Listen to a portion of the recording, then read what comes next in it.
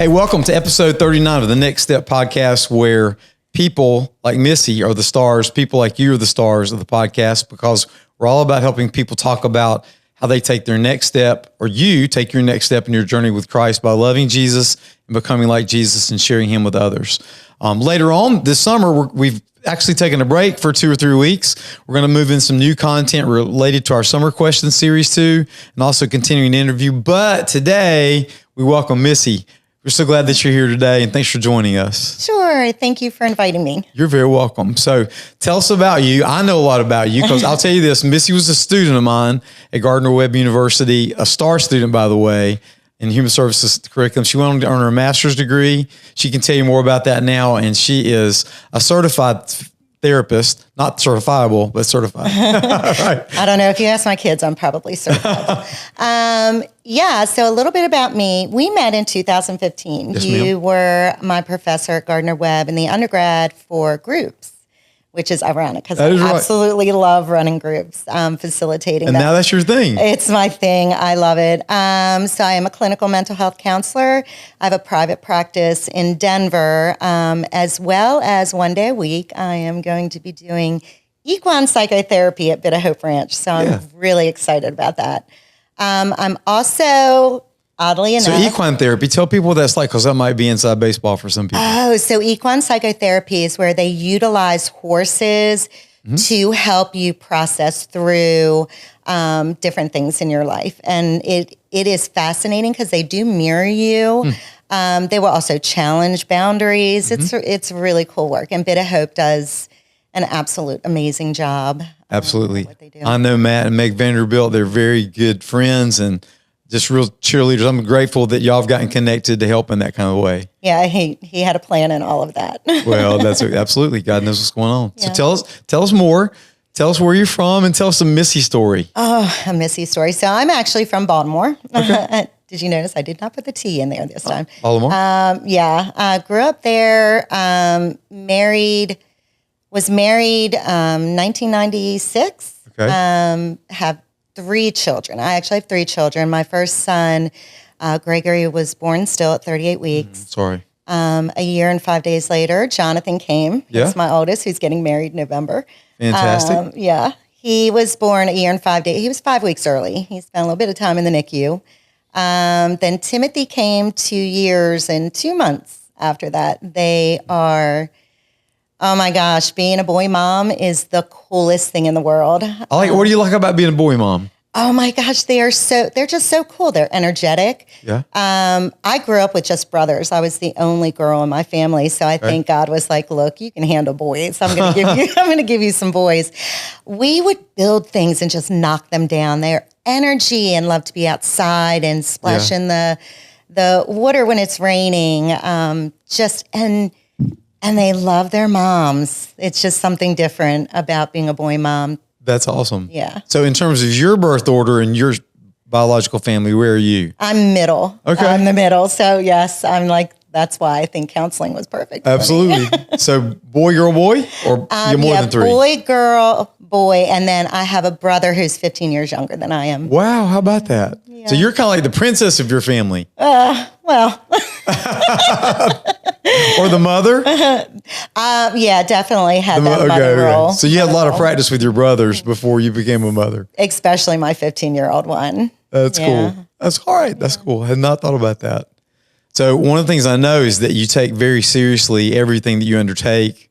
I mean, you were all A's in my classroom. We have just once or two classes. We just had the one class. Group class. Yeah. Okay. And you've not just stayed with a particular area. You continue to learn, get different certifications. Tell us on your journey where you've been since you got out of graduate school and some of the things that you do. Okay, so specifically, out of the loss of Gregory came purpose and meaning in my life.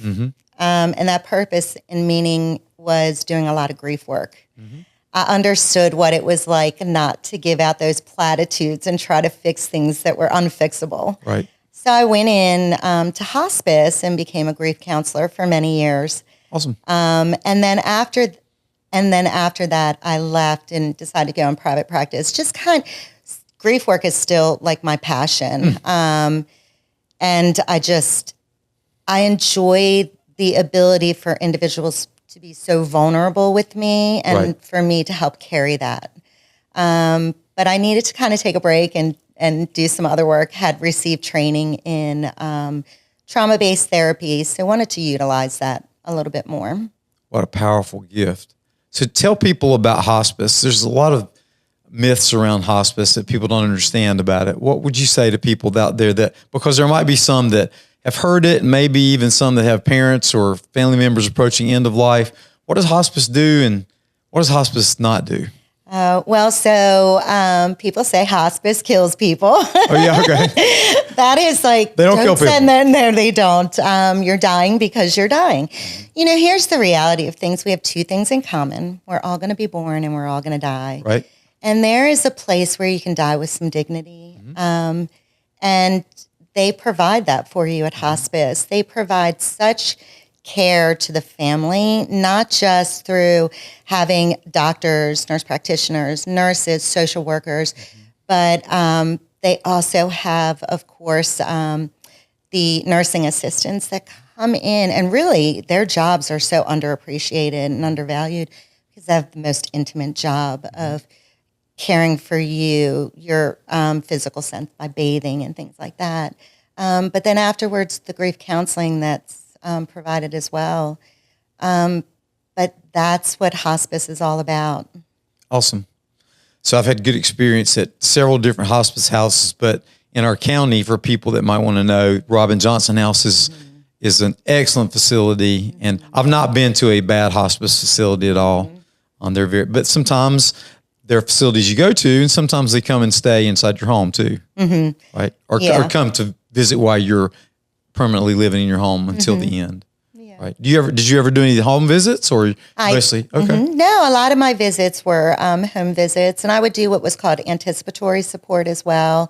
So for individuals that, especially children, one of my clients that I worked with, she was in middle school. Now she's finishing up her second year of college at Gardner-Webb, as a matter of fact. And I actually saw her again because she's kind of followed along with me. Mother had died from breast cancer last year, but she had dealt with it for a really long time. Wow. And she had no direction in life. And I remember her mother just being so grateful for me for being able to help guide her towards seeing something else for herself. That's awesome. Yeah. So now you still have that as a passion, but you're not working with hospice full time. You're in private practice. What's the name of your practice for those people that might want to use your services? So Miracles Counseling. They're located in Denver, which, where I'm located in Mount Holly, it takes me 20 minutes to get there. And it's not just you, it's multiple therapists. Yes, it is a practice, but we're all individual counselors. So we don't work as like a team or anything. It just provides us that space. So I have that space to meet people. Excellent. So what do you think are some misconceptions that people have about therapists and counselors and things like that? There's something wrong with me. I actually see a lot of men, which is wonderful, because for men, they have this like misconception that they have to be really strong or there's something wrong with them if they reach out for support. Or they're going to give me a diagnosis, and that diagnosis is going to label me forever. Here's the thing about diagnosis. It helps us to be able to treat you better, to understand what's going on. Unfortunately, medical, you have to always diagnose. Right. But it's just like receiving a diagnosis from a medical doctor. So they give you that diagnosis, like diabetes or something like that, and they're able to find a way to treat you. It's the same thing with mental health counseling. We provide you with the support you need. And a lot of people, it's adjustment-related support, whether they're going through a loss or whether they're going through a divorce or transition and a move, things like that. So as you consider practicing your craft and that kind of thing, I think a lot of people have the idea that you're like this wizard, or you have the magic words or the magic prescriptions or those kinds of things. Instead, it's more like what? So I do not have a magic wand. I can't fix you. Okay. I will help you work on a plan that you can utilize outside. Mm-hmm. And here's the reality of it. Some people will do it and some people won't. Mm-hmm. I've let go clients who don't want to do the work. Right. Because I can't fix you. Mm-hmm. You know, you have to, if you're not going to do the hard work outside, there's nothing I can do. I'm like that. I'm not a wizard. I don't have a magic wand. But I can certainly be the one that will help guide you. So you probably made A's in your ethics class too, because that's one of the things you have to do in ethics. You have to know when to let clients go because you can't help them, even if they can pay you, right? Yes, and there's honestly, I don't think that is very ethical to just take somebody's money who's just going to come. It's awful. It's very unethical if you know that you're not making any progress with them. Well, and honestly, maybe it's just also not a good fit. Maybe, and I'm fine with that. I'm fine with people, being able to say, I think I need somebody else. Yeah. Well, that's just true. It's about chemistry, right? Mm-hmm. Wow. That's cool. So as a result of just life experience and things like that, you've really become an advocate for people that are single. So tell us kind of about your journey along the singles journey. So in 2017, my marriage came to an end. Went through the separation, divorced in 2018 after 21 years of marriage. Wow, it's painful. And at the time I was in graduate school. I was in a marriage for a long time that I knew was going wrong. My husband was an alcoholic. There were some other things going on. I didn't know how to get out of it because I couldn't work. I was in graduate school. At one point in time, I thought, I'm just going to quit. But then I just leaned on God and I was like, okay, I've got to get out. Mm-hmm. The church, the Point Church provided so much support to my family. Amen. The Compassion Fund means so much to me because I was able to get the counseling that I needed. And my boys were. Well, it's an honor to be able to do that. I want to really applaud the people that are watching that are part of our church family, because years ago, when I was very open about my own journey through counseling and needing counseling in college, and then even as a pastor, there's times I need to go talk to somebody. And people really resonated with that. And so we began to have a fund called the Compassion Fund, which largely goes to help people to afford counseling. Essentially, it involves, if you have a copay, insurance pays part of it, then we'll pay the rest of it. We'll make arrangements, at least to pay for several sessions to get you started. And then as we continue to move through the process, we interact with counselees and the counselor. So we do very little counseling in terms of the church staff. Instead, we triage counseling to people that we trust. And Miracles Counseling Services, and Missy in particular, is one of those people we do so with. And thank you for the privilege of giving to that fund, because it has helped you and helped so many others. You helped your sons, and it's awesome. Continue to take advantage of that for those of you that need it. Now, fast forward. You can go fast or slow, to talking about the singles and stuff, because you're very passionate about that for very specific reasons. And you've taken specific steps that are very actionable to make sure that not only you taking care of yourself as a single person, but also helping to care and build community for others. Mm-hmm. So singles now outnumber married couples. Wow. In the United States, from 18 over. I don't have the specific breakdown, but kind of the number I want to focus on is this 39 million singles that are living alone. Wow. Out of that, 15 to 20% attend church. Mm-hmm. So that's about 7 million that attend church. So there's like 32 million singles isolated and alone. Right. They're at an 11 times percent higher rate of suicide, stress, anxiety, heart disease, both physical and mental. So and I know what that feels like. Like when my children were not at my house with me, I just would crash and burn. I didn't feel like I had the support. And there was a period of time where I really pulled away from the church. just because of my own insecurities, my own fear of being judged, because, it's hard to end a marriage. Right. We get married in front of God and we're committed to do that. Right. And so it was hard. And then I realized I needed to come back. Started to connect to women's group, which Angie is, Angie Howard? Angie Howard is, she's just an amazing, amazing woman. Yes.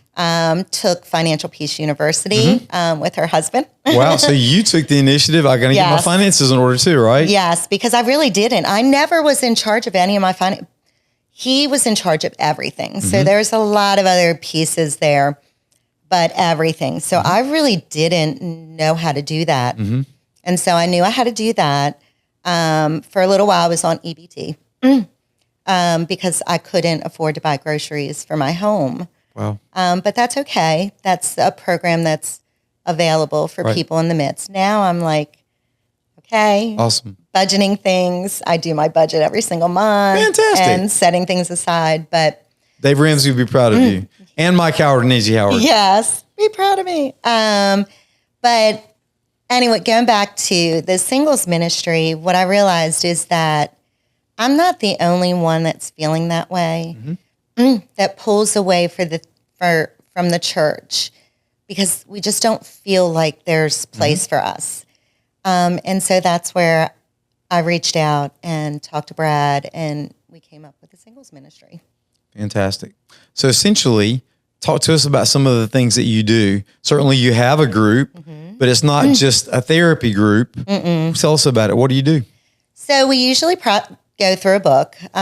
We went through Love Me, I think it was Love Me Anyhow last time, which was just about God's love for us as individuals and what he's calling us. Right now we're doing Kingdom Singles by Tony Evans, which I absolutely, you quote him quite frequently in church. Tony Evans is one of my favorite mentors from a distance. Yeah, and so learning how to be secure in our singleness. And then once a month we do just game night. Yeah. We do crazy, weird games. We'll do Pictionary, reverse charades. We everybody will bring in food, and we just share it, and we just have a lot of laughter. Cool. You typically meet on Thursday evenings? Thursday evenings at 6:30. 6:30 until there's times we've left the church at 9:00 at night. Right. I mean, we just the conversation just gets going. You find sometimes game night becomes the best conversation? Oh my gosh, the laughter is just, it's... Does all the walls fall down? Yeah, all the walls fall down. But we also, we have a group me app that we communicate like prayer requests, or something might come up on the weekend and somebody posts hey, I'd love to go do this. And then other people are like, okay, we'll go. So we've really become like a family. Right. A support. There are definitely a few members of the group that have also become our vault. Brene Brown communicates that when she defines trust as braving. And in that braving is the vault on who the people that you can be most vulnerable to and can trust, and that can hold that, because it can be hard, some of the stories that we hear. Use the term vault. Vault. Talk about that. So being a vault means that what I share with you, you are going to hold that. That you are not going to share that with other people. And the same thing, that what you share with me, I'm going to hold that. So very much confidential as far as that's concerned. Yeah. So you keep confidences among the people in singles ministry. I would think that part of the reason that some people shy away from it is because, quote unquote, I don't want anybody to know my business, or I don't want anybody knowing how vulnerable I am, or just fill in the blank, right? But for those that are willing to take that initiative, it becomes a rich experience for them.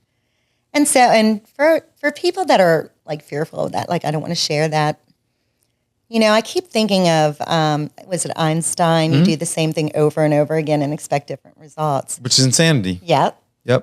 The only way you're going to heal from the pain of losing somebody, either through the loss, through death or divorce, is to surround yourself with other people that can understand that pain and walk with you. Right. So, what's been your experience in terms of the people in your group? Does everybody always get along? No. Okay. Not everybody always gets along. But do you ultimately get along as a group? Yes, we ultimately get along as a group. So you learn to understand one another's quirks and faults and foibles, or not faults, just personalities, and you learn to get along. Mm-hmm. That's awesome. So tell us about some of your nights where you do game night. What are some of the things you've done? So some of the things we've done, I just added to game night, is where we take a piece of paper, we use the whiteboard, piece of paper on somebody's back, they draw a clip art picture, and you have to attempt to draw the same picture on the whiteboard. And it's hysterical what people end up drawing on the whiteboard. Reverse charades, where you have somebody from your team that has to guess the group that's putting on the charades. Okay. And Pictionary. Fantastic. Yeah. Really mind plasticity things, things to keep you sharp. Yeah, and just allow you to laugh. You know, being a single, we take on all the responsibilities at home, every responsibility at home. So from working outside to working inside, all the financial support, everything falls on you. So when you're married, you have that balance. Usually, like Bill would always do the outside work. He would cut the grass and he would do the edging. And I would tend to do the inside work. And now it's like up to me to do everything. And so for singles, we just need that moment sometimes to have that break and just laugh. Right. But learning how to fend for yourself has made you stronger. Right. There's a song out there about that, right? Not killing you makes you stronger. But it's not just the cliche. It's definitely true. No. At the beginning, taking out the trash would upset me because I'm like, I have to do this now. Yeah. I have to mow the grass now. Wow. That's definitely true, because the division of labor now falls on you. So what do you find are some of the helpful things that help singles to rebuild their life or to relaunch their life, that kind of thing? Certainly the vault of knowing that people are going to be with you emotionally, and what goes on in group stays in group, right? But by the same token, there's some other things that help people to move on. Have you had those kind of moments during your group where you're helping? And so by move on, I don't mean like, okay, you reach this point and everything's okay, but how to keep moving. What are some of the ways that groups tends to help people keep moving? So I've been in this for 7 years now. We're in 2024. So I've navigated a lot of things. Forgiveness is the thing that's really hard for some people to get to, especially when you've been hurt. I've finally hit that forgiveness stage 3 years ago on Mother's Day. And that exact moment, I actually came up to you. I remember that. I broke and I said, I'm done carrying this pain. I forgive him because I love him as God has asked me to love Bill. Because when I look at my children, how can I not? Right. How can I not love him? As I look at the things that have been given to, that I've been able to experience in my life because of things that he's been able to do for our family, I can't. So I've reconciled that. I've found that forgiveness. So when somebody is stuck in that forgiveness, being able to give them that space to hold it, it takes a while to get there. We hear it all the time that God asks us to forgive. Christ has called us to forgive. But you have to be understanding and patient with yourself that it's going to get there if you're willing to be vulnerable enough to allow yourself to feel it. So the natural proclivity for people is to say, go ahead. Yeah, just being able to share that too with them. Yeah. So sometimes people are like, we know, just kind of move on, get on with it.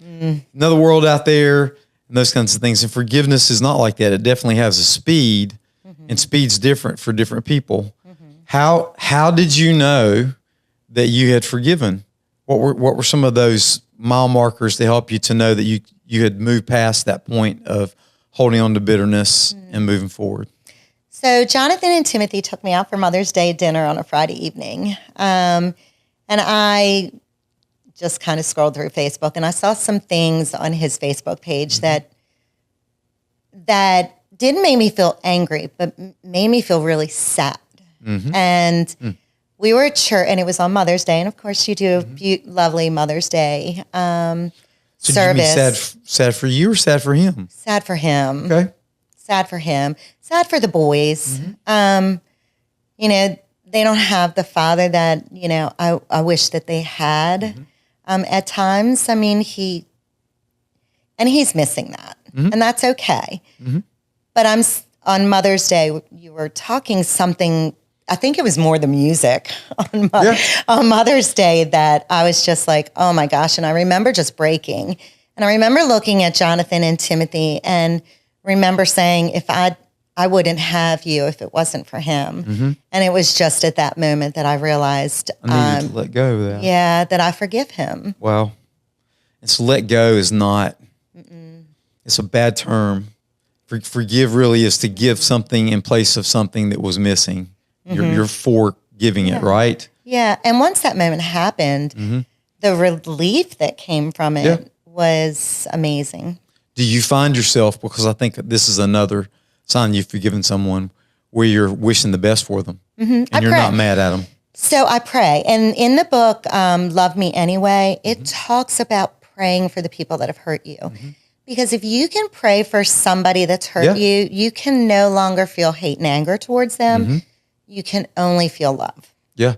I think that's the best prayer advice ever about anything that, any tension that comes up between you and somebody else. It's hard to pray for them and stay mad at them because God does give you something that comes with salvation, you know, and a special peace. And even for those that have not yet made a commitment to Christ, it's part of the journey to know that when you understand how much He's forgiven us, it makes it not necessarily easier to forgive other people, but at least you have a pathway to be able to do that, right? Yep. Wow. Good deal. So you're actually kind of helping people to ride those waves too. Does the waves tend to come and go according to events in their lives? Like there's Thanksgiving or there's Christmas or there's the birthday used to be or the vacation we used to take, and you find yourself walking in sometimes to other people's points of pain? Yeah. So there's quite a few members in the church that during the holidays, they're really alone. I'm alone on the holidays. I don't, you know, now with Jonathan getting ready to be married, you know, that's going to look different, but I don't celebrate Thanksgiving. I have nobody to celebrate Thanksgiving with. Wow. And so I don't celebrate it. Sometimes I maybe just will order something and just kind of, Christmas, you know, I still do the Christmas decorating because I love that. Need some glitter in your life. But I still have like Jonathan at home right now who wakes up Christmas morning and comes downstairs and gets the, you know, my kids joke all the time. They're like, we actually like Christmas because we know we're getting the socks and underwear. Okay. It's kind of a running joke. It's so part funny. of their normal wardrobe. Yes.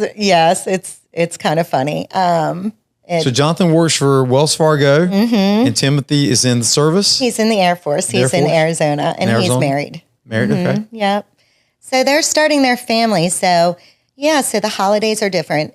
We do a thing as a group on Christmas at the church, and so we do like the Yankee Christmas gift exchange, and we bring in food and we celebrate at Christmas. And so we do that together. Awesome. So one of the things that I'm hoping can happen from this podcast and for people to take it, and maybe even some snippets that we can use throughout our media, is that there's a place to go if you're single. Now, there's kind of, what makes singles a little weird is that there's kind of three sections at least, I think, of singles. There's like those that are high school to college age, early young adults that have not gotten married or don't in a relationship with someone.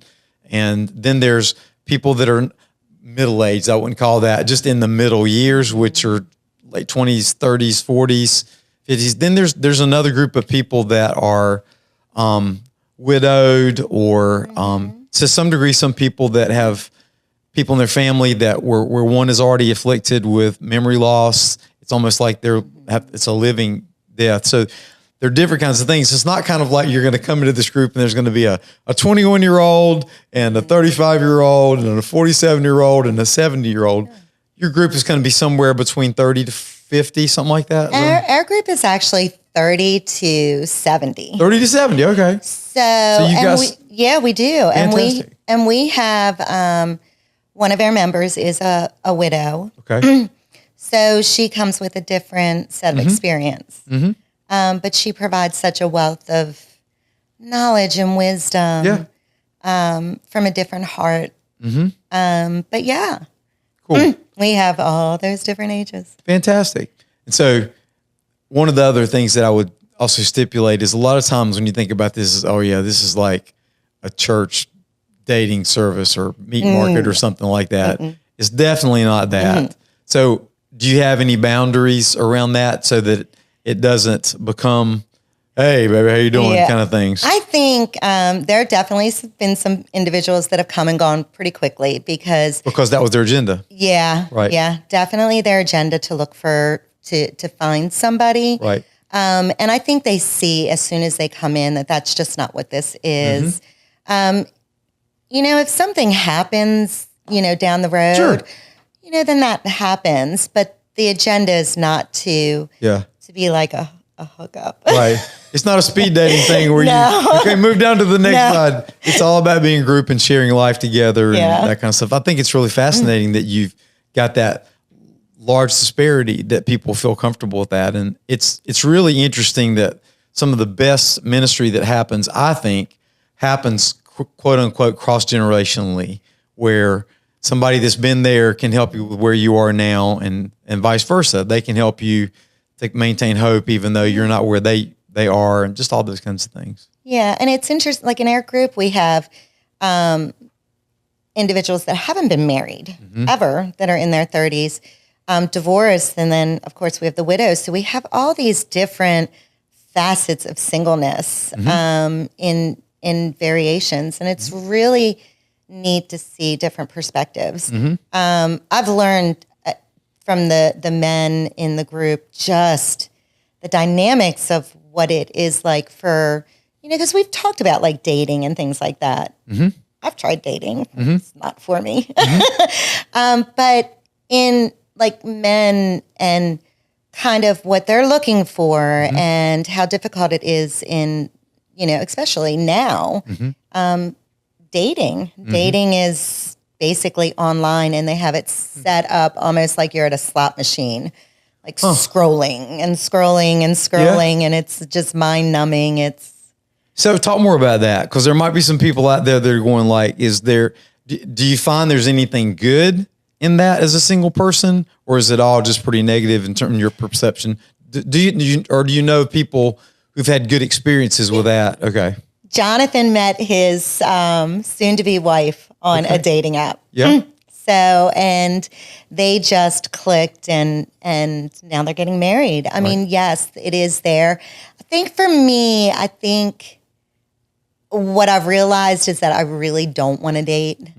I think I'm pretty content in where I am in my life, very focused on my career, focused on just travel. I'm getting ready to travel with a very good friend of mine, and that's just where my life is. Excellent. Maybe one day it'll happen. I don't know. But I think for me, the dating app was just mundane. And I'm a person that I'm an extrovert.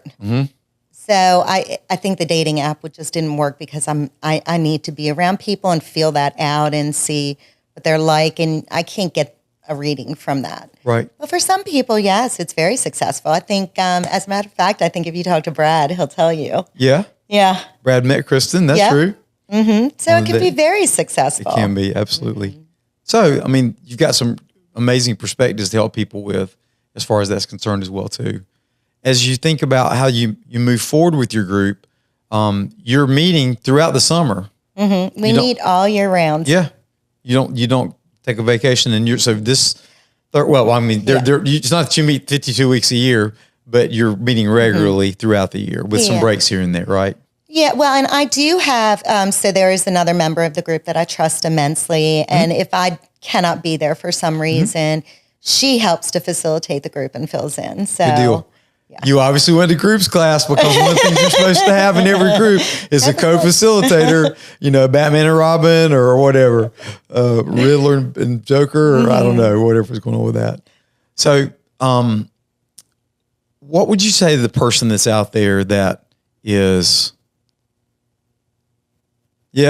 single people? It's kind of weird being around them. Or how can you minister to singles if you are happily married or enduringly married, or however you want to describe that? How can those kinds of people help with you and validating you? Because it's easy to kind of go, okay, I don't have anything in common with them, I better move on. How can they help do that? So the younger generation, that like 18 to 24, they really do have one another. And individuals that are single because they've lost a spouse because of death, the church really does an amazing job of really supporting them.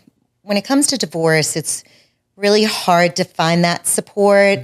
A lot of it is because, for one thing, they don't want to get in the middle of anything ugly, because divorce can be difficult. And you take sides. I know him, and I at know times her. you take sides.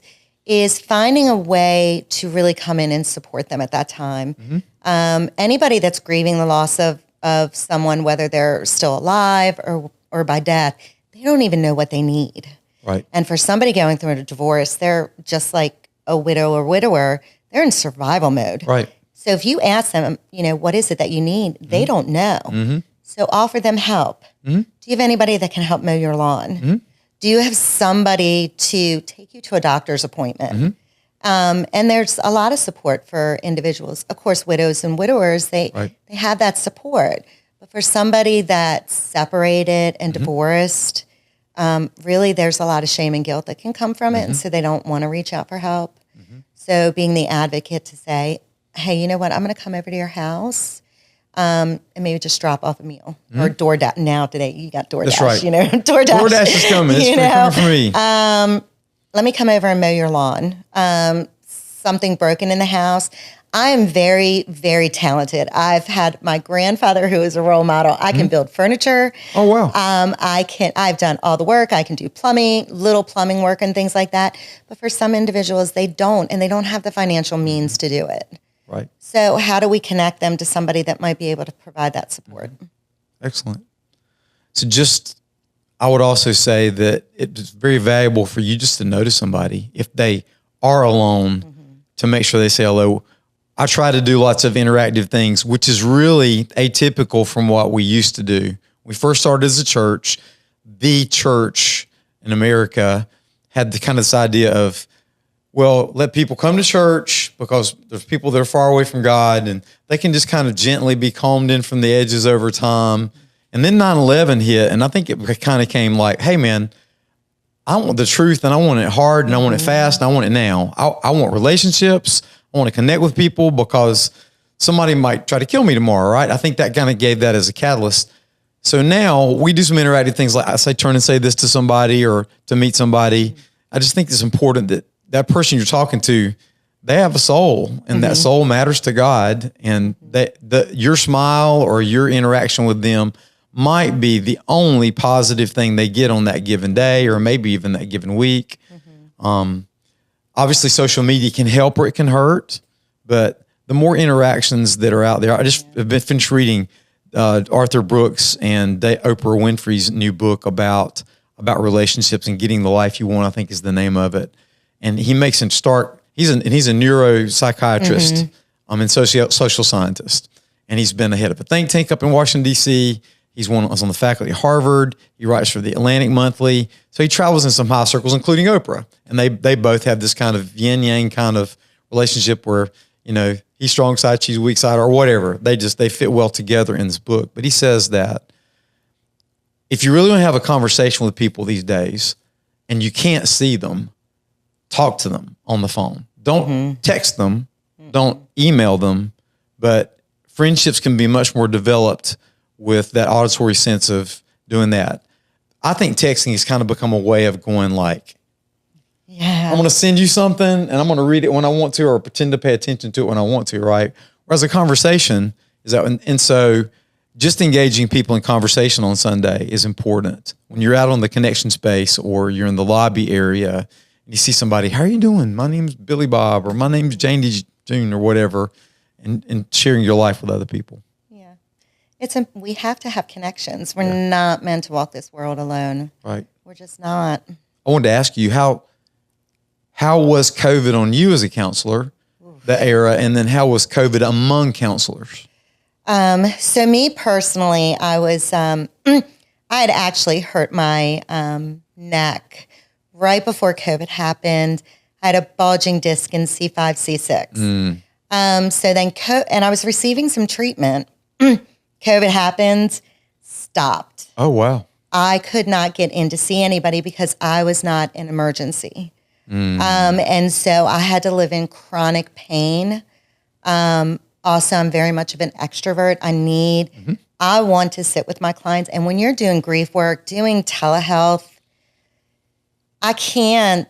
It's a little better than nothing, but it's not as good as being in the same room and breathing the same oxygen. Yeah. As soon as they allowed me to go into the office and they were like, okay, we have you 6 feet apart. So you can go into the office, you have to wear a face shield and a mask. And I was like, okay, I'd go in and the client would be like, take off the face shield, please. And we've got the mask on. I'm 6 feet away. Yeah. Because they needed that. They were so isolated. You say a shield, do you mean like something you see through? Yes. And when you're wearing glasses, it's bad enough when you have a face mask and glasses, but when you have a face mask, a shield, and glasses. Yeah. I think the face mask especially is really hard because we say so much in our emotion with our face, our expressions, and if somebody's frowning or laughing, you can kind of see it in their eyes sometimes, but you can't. So it was really hard on you as a counselor too. You were trying to help people. You're in pain, first of all. Yep. Just sitting in one position or still for a while was hard. Couldn't sleep, would have to sit up in bed with pillows around me and my arms because the pain would shoot down into my arms, into the fingers.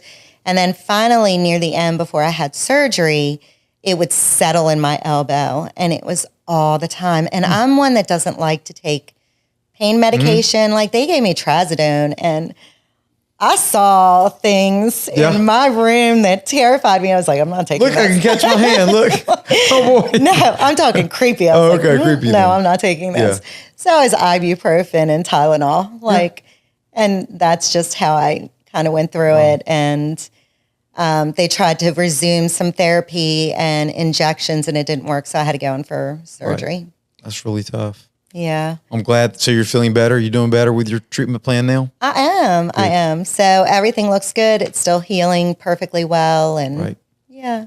So among counselors, what was it like in terms of relating to one another and even helping to refer people to one another? Did you find sometimes you would talk to one another longer on the phone because you just needed a little connection with somebody that you weren't helping, but just another person that was a peer? Yeah. I was grateful that I had people that I could reach out to and talk on the phone.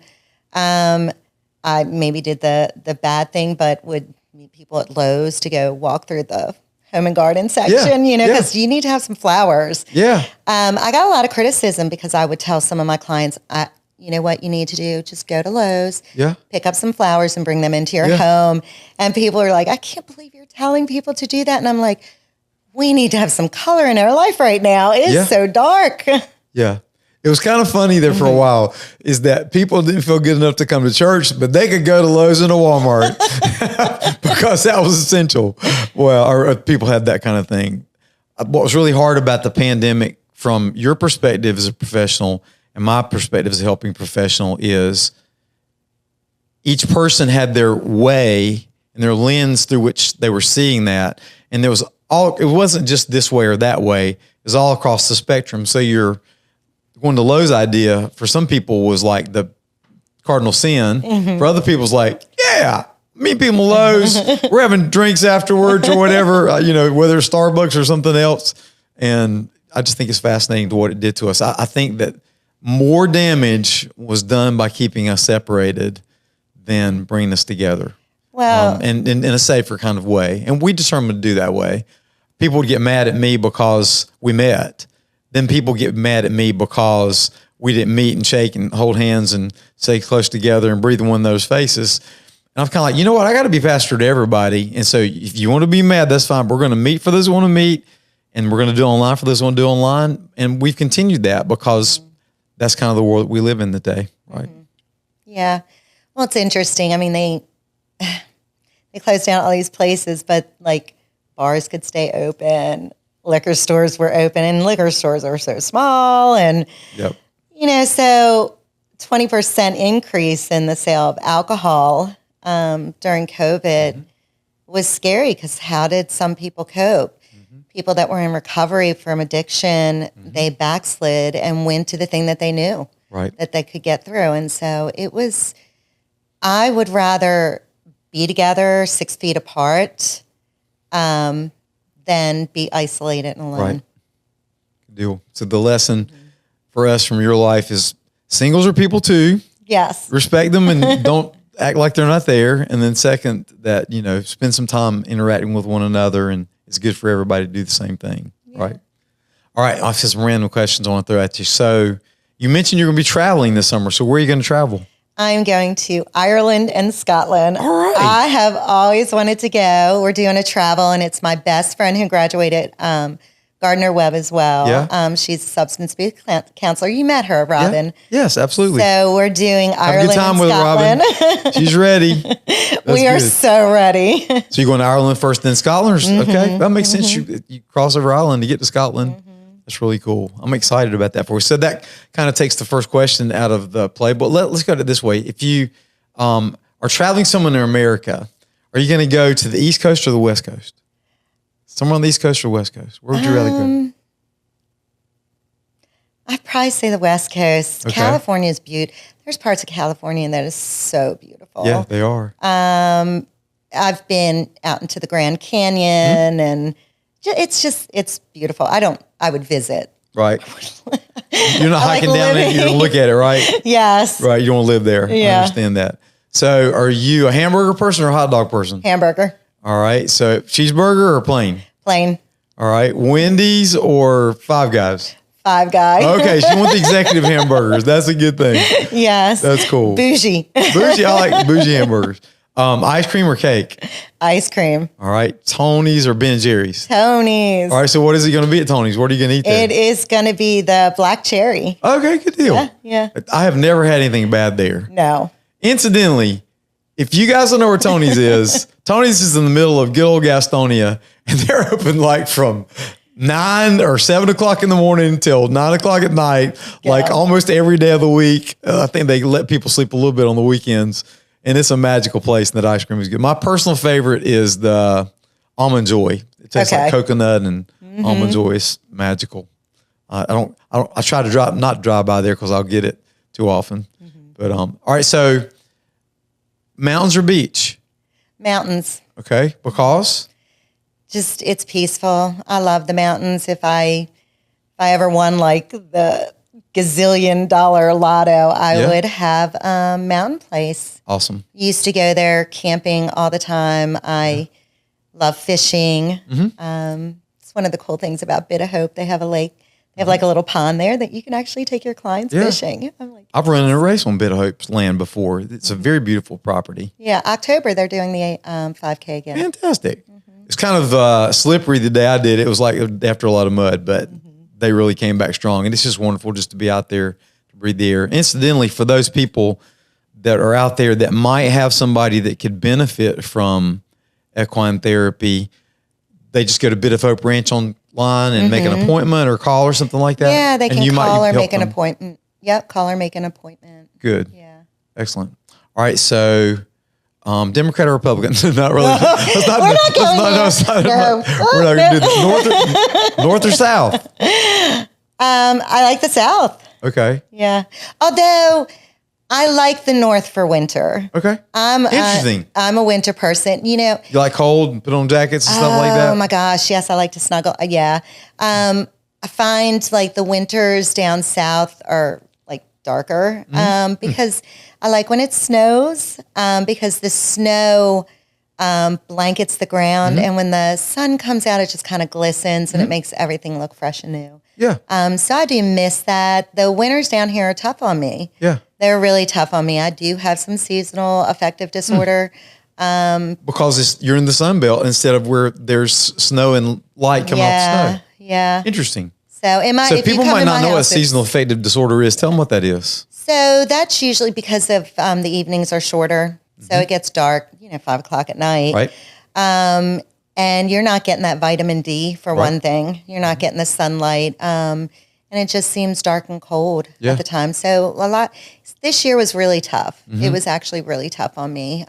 Trees are bare. The ground Gray is skies, brown and Yeah. it's muddy. And it just seemed like it rained more this winter. Absolutely. Yeah. Yeah. So, but I know that I'll get through that moment and it'll be okay because I'm able to identify that. I've got the tools that I need. A lot of lights on in my house in the winter. Understand. My Christmas trees stayed up. I think I finally took it down and my Christmas houses down in like March. March. Okay. Well, good. Right before Easter. Okay. Yeah. Right. We're good. Then you can put them back up. Yes. In summertime, get ready for Christmas. Yes. Wow, that's cool. So, do you prefer a fancy restaurant or a pub? It depends on who I'm with. Okay. I love going to the pubs with my friends because we can just talk and say whatever we want to say. Yeah. Fancy restaurant if it's for a certain occasion. Okay. So, movies at the theater or movies at home? Theater. Okay. Theater. I went with a few friends of mine to dinner and a movie this past weekend. Good. What did you see? If it was Take Your Tissues. Okay. But I'm an easy crier. You're gonna cry anyway. I'll cry at anything. Yeah. But Take Your Tissue. It is hysterical. Written and directed by John Krasinski, and it is amazingly done. Yeah. Office guy, right? Yeah, the Office guy. Yeah. Who also played Jack, what's his name? Brent's over there behind the desk. Jack Ryan. That's right. He was Jack Ryan. Brent's one of those guys. He's into bang, bang, shoot 'em up stuff. Like me, we watch the kind of stuff at night. I went a different direction because in 13 Hours, his name is Jack as well.